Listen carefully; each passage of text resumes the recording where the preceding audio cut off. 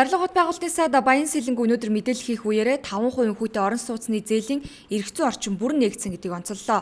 Түүний хэлж байгаагаар засгийн газрын 1-р сарын 11-ний хуралдаанаар ипотекийн зээлийн журамд өөрчлөлт оруулжээ.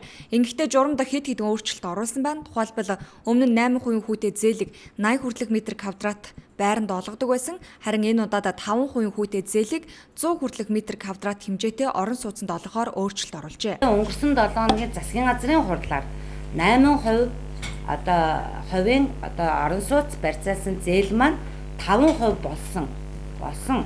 Энэ ипотекийн зээлийн журамдаа бид нар өөрчлөлт оруулаад 100 хүртэлх метр квадрат талбайтай орон сууцыг иргэд маань худалдаа авах чадвар, иргэн төлөлт бүх эдийн засгийн тооцоо үндэслэлээ гаргаж тавиад ингээд 5%-аар авах бүрэн боломж нь нэгдсэн. Харин 100 м квадратаас дээш хэмжээтэй орон сууцыг 8% хүүтэйгээр олгох талаар хэллээ.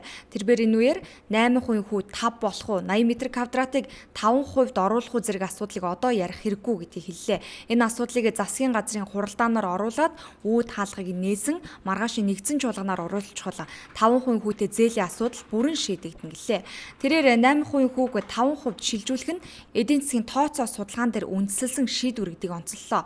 Тодорхой тооцоо судалгаан дээр үндэслэлсэн шийдвэр цаашид эрсдэл гаргахгүй тулд энэ асуудлаар арилжааны банкнуудтай ч санал солилцжээ.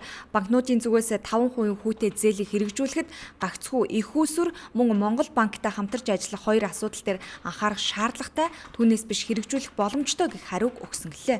Арилжааны банкуд энэ асуудлыг аваад явах бүрэн боломжтой.